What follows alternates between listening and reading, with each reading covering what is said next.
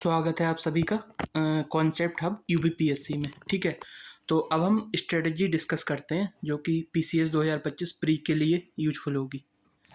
तो पहला क्वेश्चन ये आता है कि सबसे पहले किताबें कौन कौन सी पढ़नी है, बुक्स कौन कौन सी पढ़नी है। ठीक है, तो ये बेयर मिनिमम बुक्स बता रहे हैं हम लोग जो कि आपको यूज करनी है प्री के लिए। ठीक है, जो आप पढ़ सकते हो, लेकिन अब लेट हो गया है तो इसका वो भी बताएंगे कि आप क्या सॉल्यूशन यूज कर सकते हो कि इसका रिप्लेसमेंट किससे करें। तो सबसे पहले मॉडर्न हिस्ट्री के लिए स्पेक्ट्रम की बुक आपको यूज करनी है। ठीक है, स्पेक्ट्रम स्पेक्ट्रम के अलावा आप बिपिन चंद्रा भी पढ़ सकते हो, लेकिन फिलहाल में स्पेक्ट्रम ज़्यादा यूजफुल है क्योंकि यूपीएससी में भी काम में आ रही है और इसमें फैक्ट्स ज़्यादा दिए हैं। ठीक है, तथ्य ज़्यादा दिए हैं और बिपिन चंद्रा थोड़ी कंसेप्चुअल फील होती है मतलब पढ़ते हुए। तो मॉडर्न हिस्ट्री के लिए स्पेक्ट्रम और पॉलिटी के लिए एम लक्ष्मीकांत, ये तो सभी को पता है, सब पढ़ते ही हैं। भूगोल के लिए आप 11th-12th की एनसीईआरटी का उपयोग कर सकते हो। ठीक है, जिसमें आपका फिजिकल ज्योग्राफी भी कवर हो जाएगा और इंडियन ज्योग्राफी भी कवर हो जाएगा और मेंस का भी काफ़ी कुछ कवर हो जाता है। ठीक है, अब बात आती है, ये अभी तो पॉसिबल है नहीं, इतने दिन तो बचे नहीं है, तो फिर आप इनकी जगह यूज कर सकते हो जो ओनली आईएएस के उड़ान आए हुए हैं। ठीक है, मार्केट में उनकी वेबसाइट से फ्री में आप डाउनलोड कर सकते हो। उसमें मॉडर्न हिस्ट्री का उन्होंने समराइज़ कर दिया है स्पेक्ट्रम को, और लक्ष्मीकांत को समराइज़ करके पॉलिटी का उड़ान बना दिया है, और भूगोल के लिए भी उन्होंने समराइज कर दिया है जो एनसीईआरटीज़ है उन्हें। ठीक है, इसमें आप क्या है, फिजिकल ज्योग्राफी क्योंकि इतना यूजफुल नहीं है यूपीपीसीएस प्री के लिए, तो आप उसे छोड़ भी सकते हो। मतलब मैं तो ये कहूँगा कि मतलब पढ़ ही लो आप, लेकिन फिर भी अगर टाइम की कमी है या नहीं हो पा रहा तो उसे आप छोड़ भी सकते हो फिजिकल ज्योग्राफी को। कुछ क्वेश्चन आएंगे वो आप थोड़ा तुक्के वगैरह मार के कर सकते हो ट्राई, बाकी फिजिकल ज्योग्राफी को आप छोड़ सकते हो। ठीक है, अगर टाइम है तो आप कर लीजिए। अब बात करते हैं इकोनॉमिक्स की। तो इकोनॉमिक्स के लिए आप अगर 2026 के लिए तैयारी कर रहे हो, ठीक है, तो आप कुमार अमित सर के जो नोट्स हैं एक बार उनकी रीडिंग लगा लीजिए। इकोनॉमी के जो नोट्स वो देते हैं, ज़्यादा पेजेस नहीं होते, 100 के अराउंड पेजेस होते हैं, 100 या 150 के अराउंड। तो उससे कंसेप्चुअल क्लैरिटी हो जाएगी। जैसे अगर आपसे प्रश्न पूछा जाता है कि अगर रेपो रेट बढ़ेगा या इस तरह का, तो इन्फ्लेशन पे क्या प्रभाव पड़ेगा, या मार्केट में क्या मनी सप्लाई क्या होगी या नहीं होगी, तो इस तरह की चीज़ें आपको नोट्स से समझ में आ जाएंगी, कंसेप्चुअल क्लैरिटी मिल जाएगी। लेकिन अब यूपीपीसीएस में क्या है कि आपका इतना डेप्थ में पूछते नहीं है वो इकोनॉमी, तो उसके लिए आप कुछ टॉपिक्स को छांट सकते हैं जो कि आप पीवाईक्यू से छाटेंगे। ठीक है, जैसे पॉवर्टी है, अनएम्प्लॉयमेंट है, ठीक है, गरीबी, बेरोजगारी, या फिर 5 ईयर प्लान्स। ठीक है, नीति आयोग पे क्वेश्चन पूछ लेते हैं, तो इस तरह के क्वेश्चन आप देख सकते हैं जो कि आपको पीवाईक्यू से आइडिया लग जाएगा। ठीक है, अगर आप 25 में प्री दे रहे हैं तो आप पीवाईक्यू के अकॉर्डिंग वो पढ़ लीजिए। ठीक है, या फिर किसी ने अगर 1-1.5 घंटे की मैराथन बना रखी हो, जैसे जेओ पर उत्कर्ष सर ने बना रखी है इकोनॉमी की, उसे देख सकते हो। फिर ये नोट्स पढ़ने की ज़रूरत नहीं है, लेकिन 2026 वाले ज़रूर इन नोट्स से एक बार गो थ्रू हो जाएं, क्योंकि उन्हें काफ़ी कंसेप्चुअल क्लैरिटी मिल जाएगी इससे। ठीक है, और इकोनॉमी में सबसे ज़्यादा इंपॉर्टेंट है बजट और इकोनॉमिक सर्वे। तो बजट आप यूपी और सेंट्रल गवर्नमेंट का पूरा अच्छे से कर लीजिए, मतलब सेंटर का अच्छे से कर लीजिए, और इकोनॉमिक सर्वे भी आप अच्छे से कर लीजिए, जो कि आपका प्री और मेंस दोनों में काम में आएगा। ठीक है, अच्छा, और दूसरी बात, इकोनॉमिक्स में ये योजनाएं पूछते हैं, मतलब जो स्कीम्स आई हैं 2014 के बाद, मेनली उन पे फोकस रहता है, तो उनके बारे में पढ़ लीजिए। वो कब आई थी और उनका बेसिक कंसेप्ट क्या है, बेसिक टारगेट्स क्या है। ठीक है, इस तरह से पढ़ लीजिए, तो इकोनॉमी आपकी इससे हो जाएगी। अब बात करते हैं इन्वायरमेंट की। तो इन्वायरमेंट में सबसे पहले बेसिक क्लियरिटी जो होनी चाहिए वो ये ज्योग्राफी से बहुत ज़्यादा रिलेट करता है। ठीक है, तो उसके लिए आप थोड़ा बहुत ज्योग्राफी का देख सकते हैं और उसके अलावा उड़ान का यूज कर सकते हैं। ठीक है, और सबसे मेन है इन्वायरमेंट के लिए पीवाईक्यू। ठीक है, यूपीपीसीएस के पीवाईक्यू, क्योंकि इसमें क्या है कि बार बार वही टॉपिक रिपीट होते हैं। जैसे कि सस्टेनेबल डेवलपमेंट हो गया, या फिर दिवस पूछ लिए उन्होंने कि जैव विविधता दिवस कब होता है, या बायोडाइवर्सिटी एक्ट कब आया। ठीक है, तो इस तरह की चीज़ें वो पूछते हैं बार बार, रिपीटेशन बहुत ज़्यादा है। तो अगर आप पीवाईक्यू इन डेप्थ कर लेते हैं तो आपके क्वेश्चन इससे गलत नहीं होंगे। ठीक है, आगे चलते हैं। अब साइंस की बात करते हैं। तो साइंस में भी आपका पहला सोर्स पीवाईक्यू होना चाहिए। अगर आपकी बेसिक साइंस मजबूत रही है, अगर आप साइंस साइड से पढ़े हुए हो, तो फिर पीवाईक्यू इनफ हो जाएंगे। लेकिन अगर आपको बिल्कुल ही विज्ञान समझ में नहीं आती, साइंस समझ में नहीं आती, तो आप 6 से 8 तक की एनसीईआरटी बुक्स को पढ़ सकते हैं, एक रीडिंग लगा सकते हैं उनकी। ठीक है, अब बात करते हैं पूर्वावलोकन। जो पूर्वावलोकन घटना चक्र का आता है, तो एक क्वेश्चन आता है कि इसे 10 बार पढ़ लें, 12 बार पढ़ लें, क्या करें क्या नहीं करें। तो ऐसा नहीं है, सभी के पूर्वावलोकन नहीं पढ़ने हैं। मेनली मॉडर्न हिस्ट्री का पढ़ना है, ठीक है, 100% पढ़ना है, पॉलिटी का पढ़ना है और साइंस का पढ़ना है, ये तो पढ़ने ही पढ़ने हैं। जैसे इकोनॉमी का कोई पढ़ने की ज़रूरत नहीं है, ठीक है, यूपीपीसीएस के लिए। अच्छा, अब पूर्वावलोकन कैसे पढ़ना है, तो ये 3 स्टार मेथड से पढ़ना है। ये भी 3 स्टार मेथड क्या है वो भी मैं नीचे बताऊंगा, इसमें एक्सप्लेन करूंगा। ठीक है, तो ये आ गया कि हमें क्या क्या पढ़ना है। अभी अगर आप पे समय नहीं है तो फिर आप फिलहाल जो प्री आ रहा है उसके लिए क्या पढ़ना है, एक तो उड़ान को आप पढ़ लीजिए, एक रीडिंग लगा लीजिए, जो मेजर सब्जेक्ट्स हैं उनकी उड़ान, ठीक है, हिंदी और इंग्लिश में दोनों में अवेलेबल है। ठीक है, और उसके अलावा आप जीएस पॉइंटर का यूज कर सकते हैं, ठीक है, जीएस पॉइंटर का यूज कर सकते हैं। और पूर्वावलोकन अगर आप कर सकते हैं तो इन 3 सब्जेक्ट्स की कर लीजिए जो इसमें मेंशन्ड है। ठीक है, आगे चलते हैं। अब बात करते हैं पीवाईक्यू की। पीवाईक्यू आपको बहुत अच्छे तरह से लगाने हैं, कम से कम 10 वर्ष के। ठीक है, कम से कम 10 वर्ष के, और वैसे तो आप जितने मैक्सिमम लगा सकते हैं उतने लगा लीजिए। 15 साल तक के लगा सकते हो आप अच्छे से। ठीक है, पीवाईक्यू में 3 स्टार मेथड का यूज करना है। ये क्या होता है, जैसे मान लो आपने कोई क्वेश्चन सॉल्व किया, आप उन्हें सॉल्व कीजिए, ये नहीं है सीधे आंसर देख लिया। तो सॉल्व करते टाइम अगर आपसे वो क्वेश्चन फंस रहा है, ठीक है, फंस रहा है, तो आप उस पर स्टार लगा दीजिए। ठीक है, स्टार लगा दीजिए। और अगर वो क्वेश्चन आप इजीली कर जा रहे हो तो उस पर कोई भी स्टार नहीं लगाना, मतलब ऐसे ही छोड़ देना है ब्लैंक। अब सेकंड टाइम जब आप रिवीजन करोगे तो जो क्वेश्चन में आप फंसे थे पहले, अगर आप उनमें दोबारा फंस रहे हो, ठीक है, तो आप उस पर एक और स्टार लगा दोगे। ठीक है, एक और स्टार लगा दोगे। और अगर नहीं फंस रहे हो तो 1 स्टार इनफ है। ठीक है, जो पहले से लगा हुआ है उसे छोड़ देना है। अब उसके बाद थर्ड डिवीजन में हमें करना है जो 2 स्टार वाले क्वेश्चन हैं, ठीक है, उन्हें फिर से रिवाइज करना है। अब उनमें अगर आप फिर से फंस गए तो आपको 3 स्टार्स का यूज करना है। ठीक है, 3 स्टार्स का यूज करना है, यानी 3 स्टार वाले ऐसे क्वेश्चन होंगे जिनमें आप बार बार फंस रहे हो। ठीक है, बार बार फंस रहे हो, आप बार बार गलत कर रहे हो। तो आपको इससे एक तो ये पता लगेगा कि आपके कौन से टॉपिक बार बार गलत हो रहे हैं। ठीक है, और उन टॉपिक्स की आप लिस्ट बना सकते हो। जैसे इसमें जो लास्ट पॉइंट है, 8 से 10 वीक टॉपिक्स लिखकर आप तैयारी कर सकते हो। तो इन जो आप क्वेश्चंस बार बार गलत कर रहे हो, इससे आपको आइडिया हो जाएगा कि कौन से टॉपिक्स आप बार बार गलत कर रहे हो, उनकी एक लिस्ट बना लो। ठीक है, उनकी एक लिस्ट बना ली। जैसे ओशन करंट्स हैं, ठीक है, तो ओशन करंट्स मान लो आपकी बार बार गलत हो रही हैं, तो आप नोट डाउन कर लो ओशन करंट्स, एक जगह लिख लिया ओशन करंट्स। ठीक है, तो 3 स्टार टॉपिक से एक तो आपका वीक टॉपिक पता लग जाएगा, और लास्ट में जब आप रिवीजन करने वाले होगे एग्जाम से 3 दिन पहले, तो आप फटाफट ये 3 स्टार जो क्वेश्चन हैं इन्हें ही पढ़ लो, दोबारा इन्हें ही पढ़ लो। जो 1 स्टार 2 स्टार हैं उन्हें आप इग्नोर कर सकते हो। ठीक है, और दूसरी बात, जो पीवाईक्यू करने हैं वो इन डेप्थ करने हैं। ठीक है, गहराई से करने हैं। कैसे करने हैं, जैसे एक मैं एग्जाम्पल लेता हूँ। ये क्वेश्चन आया हुआ है इन्वायरमेंट एंड इकोलॉजी का 2023 में, संसाधनों के उपयोग और उन्हें भविष्य हेतु संरक्षित करने की आवश्यकता को संतुलित करने को हम क्या कहते हैं। ठीक है, तो अब देखो एक तरीका ये है कि भाई ये तो सब जानते हैं, सस्टेनेबल डेवलपमेंट है, सतत विकास है, ये तो ऑप्शन डी हो गया इसका सही।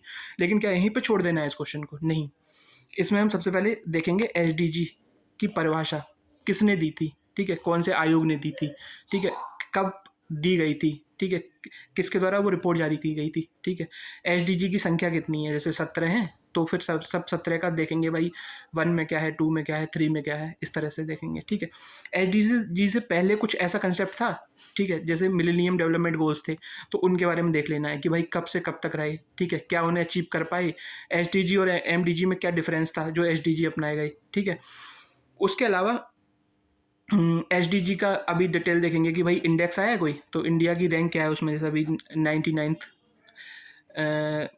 स्थान प्राप्त किया है। ठीक है, 99वीं रैंक आई है इंडिया की, तो हम देख लेंगे उसमें, तो उस समय ये करंट भी लिंक हो जाएगा। तो हमें पीवाईक्यू इस तरह से करना है कि भाई उससे रिलेटेड जो भी क्वेश्चन बन सकते हैं वो इन डेप्थ एनालिसिस करनी है। हो सकता है आपका एक प्रीवियस ईयर पेपर को ख़त्म होने में 5 से 6 घंटे लग जाए, मतलब आप पूरा दिन उसे एनालाइज ही करते रह जाओ, लेकिन वो बहुत बेनिफिट करेगा आपको, बहुत ज़्यादा मदद करने वाला है। ठीक है, तो ये कैसे करना है वो देख लिया। अब देखो तीसरी चीज़ आती है मॉक्स की। तो मॉक्स कैसे लगाने हैं, कहाँ लगाने हैं, कितने लगाने हैं। तो देखो कम से कम 5 फुल लेंथ टेस्ट लगानी है। फुल लेंथ टेस्ट का मतलब जिसमें सारे सब्जेक्ट मिक्स हो, ठीक है, सभी सब्जेक्ट्स दिए गए हों। अब इनसे सीखना क्या है, एक तो तुक्के लगाने की कला सीखनी है भाई। ये कहाँ से आएगी, मॉक से आएगी। कैसे आती है, जैसे अभी मैं एक एग्जांपल दे रहा हूँ, ये अभी आर के पेपर में आया था और इसमें काफ़ी कुछ अभी विवाद भी रहा था, ठीक है, तो इसे देखते हैं। तो इन्होंने पूछा भाई आजीविका सेक्ट के बारे में, इसमें 2 पॉइंट्स दिए थे कि आजीविका sect followers mostly lived in forests, this sect enjoyed great respect during the Mauryan era. तो ये तो बात पता थी कि भाई मौर्यन एरा में थी, मतलब इनकी जो थी रिस्पेक्ट थी, तो दूसरी वाली बात ठीक हो गई, ये तो पता थी। अब बात आती है पहले की, ठीक है, पहले पॉइंट की। तो पहले पॉइंट की बात अगर आती है तो देखते हैं हम, मतलब इसमें क्या है, आजीविक संप्रदाय के लोग प्रायः वनों में रहते थे। आजीविका sect followers mostly lived in forest. अब देखो इसमें क्या है, आप अगर मॉक्स लगाए होते या पीवाईक्यू अच्छे से किए होते तो आप देखते भाई इसमें एक शब्द आ रहा है मोस्टली, ठीक है, प्रायः। तो इसका मतलब ये है कि ये कहना चाह रहा है कि आपको इस सेंटेंस को इसने जनरलाइज बना दिया कि भाई प्रायः रहते थे, मोस्टली रहते थे। हो सकता है कुछ लोग सिटीज़ में भी रहते हों, कुछ लोग हो सकता है केव्स में भी रहते हों, कहीं भी रहते, ठीक है। तो इसमें आयोग आपसे चाहता था कि आप मोस्टली को देखो, ठीक है। अब मान लो आप बाद में क्लेम करो इस पर, ठीक है, इस क्वेश्चन पर कि भाई देखो हमने पता लगा दिया कि 2 लोग रह रहे हैं सिटीज़ में, तो वो आपको दिखाएगा मोस्टली, कहेगा देखो ये मोस्टली लिखा है मैंने, ये इसलिए लिख रखा है कि आप इस सेंटेंस को सही करके आओ, ठीक है, गलत नहीं करना। वरना मैं ये लिख देता आजीविक संप्रदाय के लोग वनों में रहते थे, ठीक है। तो इस तरह से आपको वर्ड्स पहचानने हैं, ठीक है, उससे आपको पता लगेगा कि राइट आंसर क्या होगा, ठीक है। ओनली, मोस्टली, इस तरह के वर्ड्स आपको पिक करने हैं, ठीक है। अभी बहुत कन्फ्यूजन था इसमें, इस क्वेश्चन को लेके लोगों ने क्लेम भी किया है, लेकिन आयोग के पास देखो इसमें इसे रोकने के लिए क्या हथियार है, मोस्टली और इधर प्रायः, ठीक है। आगे चलते हैं। तो ये तुक्का लगाना आप कहाँ से सीखोगे, जब आप पीवाईक्यू अच्छे से सॉल्व करोगे, मॉक्स अच्छे से सॉल्व करोगे। अच्छा, अब जैसे ये क्वेश्चन है एनवायरमेंट इकोलॉजी का, लोटिक पारिस्थितिकी तंत्र का उदाहरण है। लोटिक और लैंटिंग ये 2 तरह के होते हैं, तो इसमें क्या है प्रॉब्लम। अब देखो अगर मान लो आपको पता नहीं है लोटिक क्या होता है, ठीक है, तो अब देखो इसमें कोई 3 एक जैसे होंगे और एक डिफरेंट होगा, है ना। 3 एक जैसे होंगे, एक डिफरेंट होगा ऑप्शन में। रीजनिंग आप सॉल्व करते हो, उसमें एक ऑड पहचानना होता है 4 में से, तो वो ऑड वाला गेम बन गया ये, अगर आप नहीं जानते हो लोटिक क्या होता है, ठीक है। तो इसमें ऑड पहचानना है। अब देखो आप, दलदली क्षेत्र और दलदल, ये दोनों एक ही चीज़ है ना। तो अगर आप बताओ इसका आंसर, अगर दलदली क्षेत्र होगा तो दलदल भी तो इसका आंसर हो जाएगा। तो इसका मतलब इन दोनों में सिमिलरिटी बहुत ज़्यादा है, इसलिए दोनों ही ऑप्शन गलत हो जाएंगे, ठीक है। क्यों हो जाएंगे, अगर दलदल इसका आंसर होता तो दलदली क्षेत्र भी हो जाता, और दलदली क्षेत्र होता तो दलदल भी हो जाता, तो 2 तो आंसर हो नहीं सकते, तो इसका मतलब ये दोनों गलत हैं। अब देखो तालाब और नदियाँ, अब देखो तालाब की सिमिलरिटी देखो आप दलदल से और नदियों से, ठीक है। अब आप बताओ तालाब दलदल हो सकता है, बिल्कुल हो सकता है भाई। तालाब है, कोई सूख गया, ठीक है, थोड़ी ड्राइनेस आ गई उसमें, गर्मी पड़ी, तो वो एक दलदल में बदल जाएगा, ठीक है, मिट्टी का दलदल बन जाएगा। क्या तालाब नदी में बदल जाएगा, नहीं बदलेगा, नहीं बदलेगा, नदी हमेशा नदी रहेगी, ठीक है। तो इसलिए अब इसमें हमने देखा ऑड क्या है, तो ऑड है नदी, है नहीं है। तो अगर हमें पता नहीं था लोटिक क्या है, लेंटिक क्या है, तब भी हमने पता लगा लिया कि सही आंसर क्या है, नदी है, ठीक है। तो इस तरह से हमें ये चीज़ पता लगेगी, मॉक्स जितने से ज़्यादा लगाएंगे या फिर पीवाईक्यूज जितने ज़्यादा से ज़्यादा सॉल्व करेंगे, ठीक है। आगे चलते हैं। तो क्या सीखना है भाई, इससे क्या सीखना है, तुक्के लगाने की कला सीखनी है मॉक्स से, ठीक है। मॉक्स ये नहीं होता कि भाई आपने रट्टा लगा लिया, ठीक है, या आपने स्कोर जोड़ लिया, दुखी हो लिए, नहीं। तुक्के लगाने हैं भाई। कैसे लगाने हैं, कुछ अपना दिमाग उल्टा सीधा मार के, कुछ कोशिश करके, ठीक है। दूसरा मॉक्स का यूज क्या है, अपने लिए सही संख्या तय करना है कि कितने प्रश्न अटेम्प्ट करने हैं। अभी क्या होता है, जैसे कई बहुत सारे लोगों के क्वेश्चन आते हैं कि मेरे 10 नंबर कम रह रहे हैं कट ऑफ से, 5 नंबर कम रह रहे हैं, ठीक है, बार बार। तो मैं उनसे पूछता हूँ आप कितने अटेम्प्ट कर रहे हो, तो बोलते हैं भाई 120 क्वेश्चन मैं अटेम्प्ट करके आता हूँ। तो मैं उनसे कहता हूँ आप 150 कर दो पूरे। जब वो 150 करते हैं तो वो पॉजिटिव में ही जाते हैं, मतलब अगर उनका 120 में 80 क्वेश्चन बनने हैं तो 150 में उनके 85 क्वेश्चन बन जाते हैं। ऐसा इसलिए होता है क्योंकि वो रिस्क कम लेते हैं, ठीक है, रिस्क कम लेते हैं।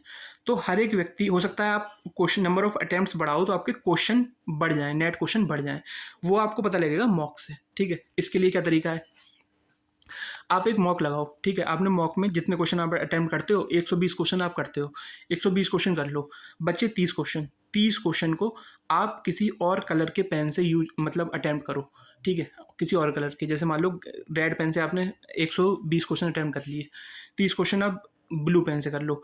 फिर आप देखो क्या जो 30 क्वेश्चन आपने ब्लू पेन से किए थे उनके नेट स्कोर उन 30 क्वेश्चन का निकालो। अब मान लो आप 5 नंबर प्लस में जा रहे हो, 6 नंबर प्लस में जा रहे हो, तो ये अच्छी बात है ना? अच्छी बात, बिल्कुल अच्छी बात है। तो अगर आप 10 मॉक लगा रहे हो, 5 मॉक लगा रहे हो और सभी में पूरे क्वेश्चन अटेम्प्ट करने में इस तरह से प्लस में जा रहे हो, तो इसके बहुत ज़्यादा चांसेस हैं कि आप पेपर में भी प्लस में ही जाओगे और आप अपना स्कोर 4 से 5 नंबर बढ़ा लोगे, ठीक है। तो ये कैसे तय होगा कि कितने परसेंट अटेम्प्ट करने हैं? ये तय होगा मॉक लगाने से, ठीक है। मॉक लगाने से कि भाई मुझे 150 क्वेश्चन सूट कर रहा है, मुझे 140 क्वेश्चन सूट कर रहा है, इस तरह से आप मॉक्स लगा के पता लगा सकते हो। अब उसके अलावा मॉक्स का यूज क्या करना है? कमजोर विषय को पहचानना। वही कि आपने मॉक्स लगाए तो आपने देखा कि भाई मैं ये टॉपिक बार बार गलत कर रहा हूँ। मान लो सॉइल का क्वेश्चन है, रेड सॉइल या जो भी सॉइल है, ब्लैक सॉइल, तो मैं कंफ्यूज हो जा रहा हूँ कि भाई इसमें क्या होता है क्या नहीं होता, बार बार हर एक मॉक में बार बार वही क्वेश्चन गलत, वही क्वेश्चन गलत। तो क्या करोगे आप? फिर वो जो लिस्ट आपने बनाई थी ऊपर, जो टॉपिक आप बार बार गलत कर रहे थे, उसमें टॉपिक लिख दोगे इंडियन सॉइल, ठीक है। अब वो लिखने के बाद आप जब उसका पूरा रिवीजन मतलब जब उन टॉपिक्स को दोहराओगे तो उसे इतनी अच्छी तरह से करोगे कि आने वाले मॉक्स में या आने वाले एग्जाम में आप उस टॉपिक का क्वेश्चन गलत ना करो, ठीक है। तो ये चीज़ भी मॉक्स से सीखनी है। OMR फिलिंग करना, भाई OMR में ये बहुत होता है कि मैं ये गोले गलत का लेकर आया, भाई बबल मुझसे गलत हो गए, एक बबल छूट गया बीच में, ये हो गया वो हो गया। तो आप मॉक्स लगाओ, ठीक है। जब आप मॉक्स लगाओगे, मैंने कितने बताए मॉक्स? कम से कम 5 मॉक्स लगाने हैं। देखो ये कम से कम 5 FLT लगाने हैं। तो जब FLT लगाओगे आप तो आप OMR की प्रिंट आउट निकलवा लो या बुकलेट ले लो, जो भी करना है, और उस पर ही अटेम्प्ट करो, ठीक है। तो ये होने वाली मिस्टेक्स आपकी एग्जाम में कम हो जाएंगी, ठीक है। अब आगे चलते हैं, अब करंट अफेयर्स की बात करते हैं। तो करंट अफेयर्स आप एक तो मंथली पढ़ सकते हो, जैसे जयहो का जो मासिक सर डिस्कस करते हैं, UD सर, तो वो आप दे सकते हो। उसे देख लो, अच्छे से रिवाइज कर लो, मल्टीपल रिवीजन कर दो उसका। जैसे कैसे करना है? मान लो आज आपने जनवरी का पढ़ा, ठीक है, तो जनवरी, फिर नेक्स्ट डे फेब, ठीक है, तो फेब का पढ़ लिया। उसके बाद जो थर्ड डे है उसमें फिर से जैन और फेब पढ़ो, ठीक है, फिर से जैन और फेब पढ़ो। तो इस तरह से आपको वो मल्टीपल रिवाइज करना है। अच्छा, केवल एक मैगजीन बहुत होती है लास्ट में, जैसे मान लो आई दृष्टि फॉलो कर रहे हो या घटनासार फॉलो कर रहे हो। अब बहुत सारी मैगजीन्स आती हैं, किसी में कुछ फैक्ट्स एक्स्ट्रा होंगे तो किसी में कुछ फैक्ट एक्स्ट्रा होंगे, मतलब थोड़ी थोड़ी डिफरेंस देखने को मिलेगा। तो ऐसा नहीं है कि आप कहो अरे यार मेरा छूट रहा है, मैं ये भी कर लूँ वो भी कर लूँ, उस चक्कर में आपको बहुत लॉस होगा, ठीक है। तो आपको केवल एक मैगजीन फॉलो करनी है, मल्टीपल मैगजीन्स फॉलो नहीं करनी, ठीक है। अच्छा, अब PYQ से करंट अफेयर्स का आइडिया। देखो कुछ लोग क्या करते हैं, जब प्रीवियस ईयर पेपर सॉल्व करते हैं तो करंट अफेयर्स के क्वेश्चन बिल्कुल ऐसे इग्नोर कर देते हैं कि भाई है ही नहीं वो। लेकिन आपको वो उन पर एक निगाह मारनी है। आप देखोगे कि भाई नोबेल प्राइज से ये बार बार पूछता है, हर दूसरे साल या हर साल ही लगभग एक क्वेश्चन आता है, ठीक है। जैसे इस बार PCS में नहीं पूछा तो RO में उसने पूछ लिया कि वो जो माइक्रो RNA वाला क्वेश्चन आया था वो। तो अब नोबेल प्राइज जब आप करंट पढ़ रहे हो तो आपने देखा भाई प्रीवियस ईयर में नोबेल प्राइज बार बार पूछ रहा है, तो जब भी आप किसी मैगजीन को पढ़ोगे या मंथली पढ़ोगे तो उसमें नोबेल प्राइज अच्छे से तैयार करोगे, तो ये आइडिया आपको लगेगा जो आप प्रीवियस ईयर के करंट के क्वेश्चन देखोगे। यानी क्या है, प्रीवियस ईयर के करंट के क्वेश्चन देखने ही देखने हैं, वो आपकी मदद करेंगे मेन क्वेश्चंस पहचानने में, जो आप मैगजीन पढ़ोगे या फिर जो भी कहीं से भी करंट पढ़ोगे उसमें कि क्या पूछा जा सकता है। जैसे जो टीचर्स आइडिया देते हैं कि भाई ये बहुत इंपॉर्टेंट है, वो कहाँ से सोच लेते हैं ये बात? क्योंकि वो प्रीवियस ईयर क्वेश्चंस को एनालाइज करते हैं, आप नहीं करते, तो आप खुद करो इसे एनालाइज। अच्छा, अब देखो एक द हिंदू और इंडियन एक्सप्रेस वगैरह जो न्यूज़पेपर्स होते हैं, तो इनका डिस्कशन कराया जाता है सुमित सर द्वारा, ठीक है। सुमित रेवड़ी सर हैं जो ONS वाले, वो कराते हैं। लगभग आधे घंटे की वीडियो होती है डेली की, तो उसे आप सुन सकते हो। उससे क्या है, आपकी कंसेप्चुअल क्लैरिटी खुल बहुत ज़्यादा अच्छी हो जाएगी, ठीक है, जो मेंस में भी आपके काम आएगी। पॉइंट्स जनरेट करना सीख जाओगे आप, ठीक है, और बेसिक कुछ स्कीम्स वगैरह की नॉलेज भी आपके दिमाग में रहेगी हमेशा। तो करंट के लिए क्या करना है, एक तो मंथली जयो वाली यूज कर सकते हो आप, कोई एक मैगजीन लास्ट में जाके यूज कर सकते हो, ठीक है, जो इजीली हो जाएगी क्योंकि आपने मंथली किया होगा तो टाइम ज़्यादा नहीं इन्वेस्ट होगा उसमें। और एक ये सुमित सर का जो डेली वाला डिस्कशन है ये सुन सकते हो। अब एक है कंसेप्ट और फैक्ट, इसकी बहुत लड़ाई है भाई। कि एग्ज़ाम कंसेप्चुअल आएगा या फैक्चुअल आएगा, क्या आएगा। तो देखो, दोनों का मिक्सअप आएगा एग्ज़ाम जब भी आएगा, है ना? तो हमें दोनों के लिए तैयार रहना है। कैसे रहना है? अब जैसे ये क्वेश्चन है, बार बार पूछते हैं कौन सा दर्शन किसने दिया था, कौन सी फिलोसफी किसने दी थी, न्याय गौतम ने या फिर अम, योग पतंजलि ने, सांख्य कपिल मुनि ने।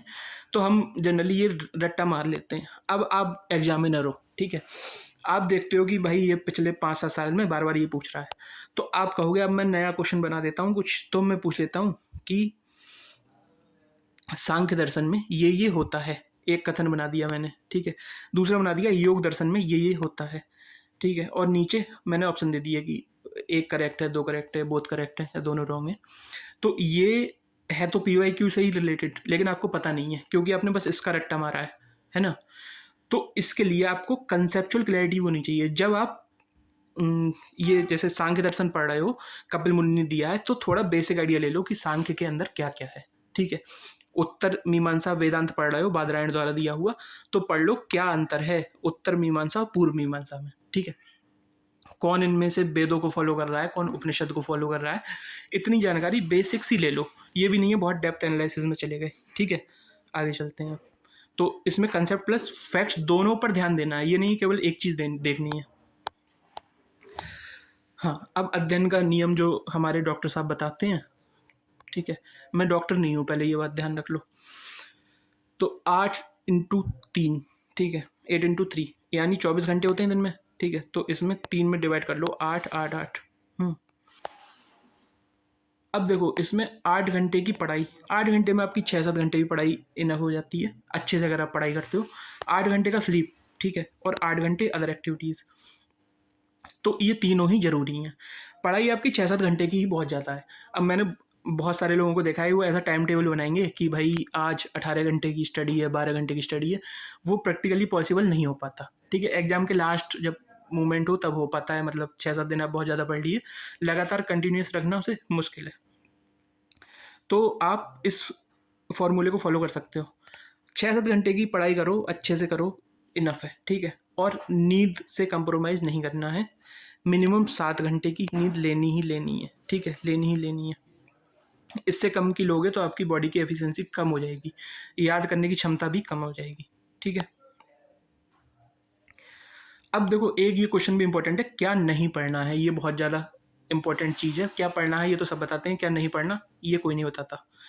तो बहुत सारे अलग अलग स्रोत, मल्टीपल सोर्सेज नहीं पढ़ने हैं, ठीक है। ये नहीं है कि आपने कोई मटेरियल एंशियंट हिस्ट्री का पढ़ा, मान लो उड़ान की रीडिंग लगा ली, अब घटना चक्र की कोई बुक आ गई, आपने वो भी खरीद ली, वो भी पढ़ ली। हो सकता है उसमें 2-3 फैक्ट एक्स्ट्रा मिल जाए उड़ान से, लेकिन वो पढ़नी नहीं है। एक ही चीज़ को मल्टीपल टाइम्स पढ़ना है, एक ही मटेरियल को बार बार पढ़ना है। अनावश्यक कोचिंग मटेरियल नहीं पढ़ना है कि भाई PDF मिल गई, अच्छी लग रही है देखने में, तो पढ़ ली, रीडिंग लगा ली, ठीक है। गहराई में जाकर रिसर्च टाइप स्टडी नहीं करनी, प्री के लिए ज़रूरत नहीं है।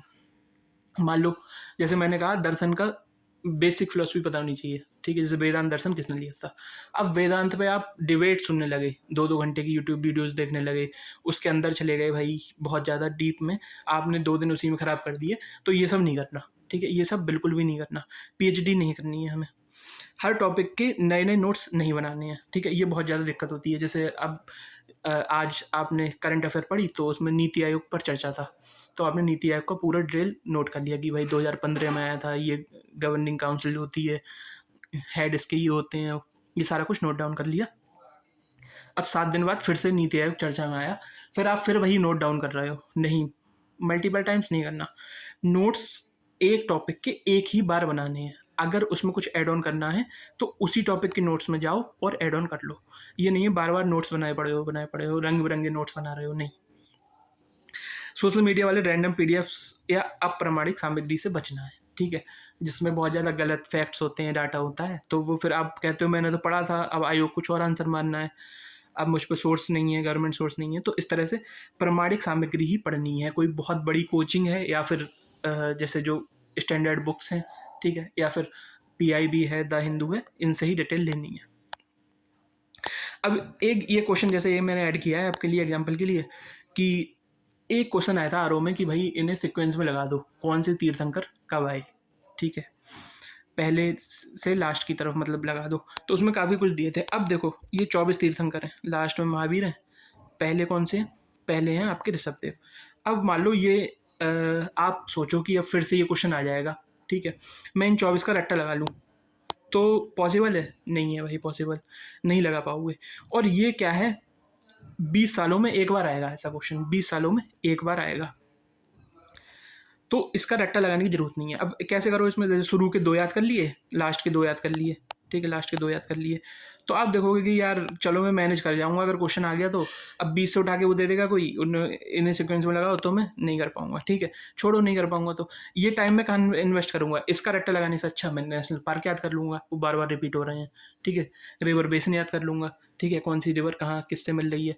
तो ये टाइम इन्वेस्टमेंट बहुत ज़्यादा सोच समझ के करना है कि भाई किस में कितना टाइम इन्वेस्टमेंट करना है, हर चीज़ का रट्टा नहीं लगाना।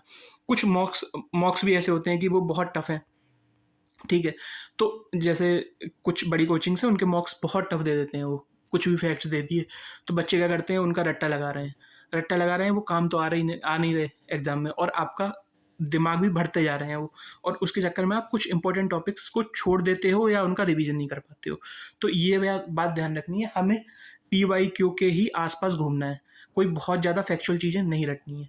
जैसे एंशियंट मिडिवल में आप इतनी मेहनत करोगे, ठीक है, तो एक क्वेश्चन ज़्यादा सही कराओगे एक एवरेज बच्चे से, लेकिन वही मेहनत आप साइंस और इन्वायरमेंट में कर लोगे तो आपका स्कोर ज़्यादा पड़ जाएगा। तो टाइम इन्वेस्टमेंट सब्जेक्ट वाइज कैसे करना है, जहाँ आउटपुट ज़्यादा निकल रहा हो, ठीक है, उस जगह पर ज़्यादा टाइम इन्वेस्टमेंट करना है, तो ये बात भी ध्यान रखनी है, ठीक है। तो देखो फिलहाल इतना ही है, GS की स्ट्रेटेजी डिस्कस कर ली है, तो बहुत बहुत धन्यवाद आप सभी का, और चैनल को लाइक करें और सब्सक्राइब करें, ठीक है, थैंक यू।